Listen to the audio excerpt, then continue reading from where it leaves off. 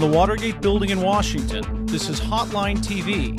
Now here are Hotline editors Amy Walter and John Mercurio.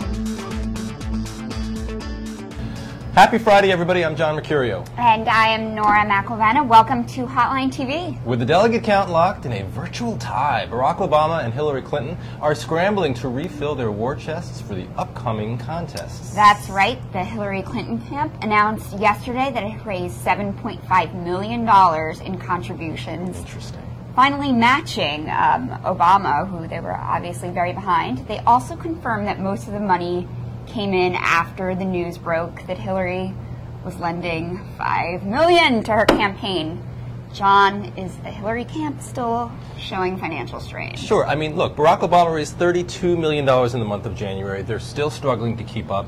But, you know, regardless of who's ahead or who's behind in the money race, neither of these candidates is going to lose the race because of some sort of fundraising difficulty at this point. I don't think the $5 million was a bad investment. I think, as you said, she was able to raise a lot off of it. John Kerry took a second loan out on his house, $6.5 million in 2004, and it turned out to be one of the best decisions his campaign, his primary campaign, ever made. So I think these sort of personal investments at key moments can actually really sort of serve to generate a lot of excitement and rally your base, your donor base. It's interesting. I think they brought up John Kerry because I think that's why Obama had such a good January. I think it was right after he inherited the list, so I think he had a lot of new donors that month.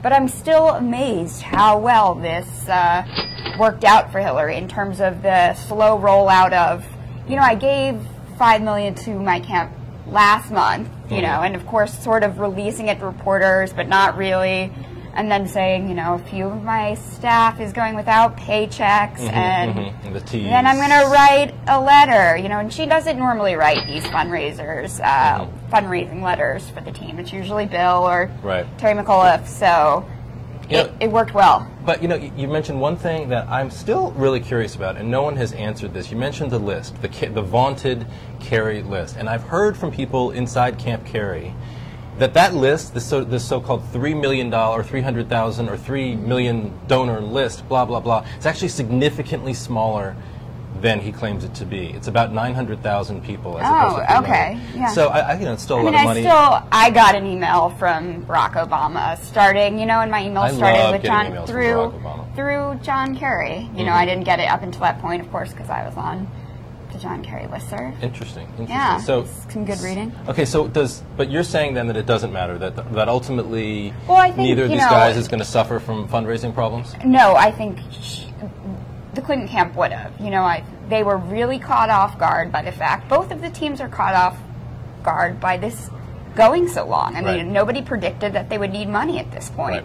So, but I think, frankly, that the level of excitement among Democratic donors is one of the key reasons that it is going on as long as it is. I mean, obviously a bigger part of the reason is that there's this, you know, proportional allocation of the delegates, and that's why it stayed so close for so long, whereas Republicans have this winner-take-all system that in most of the states. But I think the other main reason is that there is this level of excitement and enthusiasm on both sides. Both sides have generous donors that they can return to. Obama has more of a small donor potential left in his base. But I think that fact is actually allowing and sort of generating and fueling the energy that allows this campaign to go on. But there needs to be some equalizer too, and I think that was just felt on the Clinton end. You know, Obama has been running ads here for a very long time, and she just started running ads today. And the bottom line is she needed money for Texas and Ohio, and she needed. Don't forget Pennsylvania. Oh, right. Sorry, Rendell, we wouldn't do that to you. Exactly, but it does look like we're just getting news that Patty Solis Doyle's paycheck did, in fact, clear. So we'll leave you with that very, very good news. All right, don't spend it all in one place, Patty. And until next time, thanks for watching us on Hotline TV.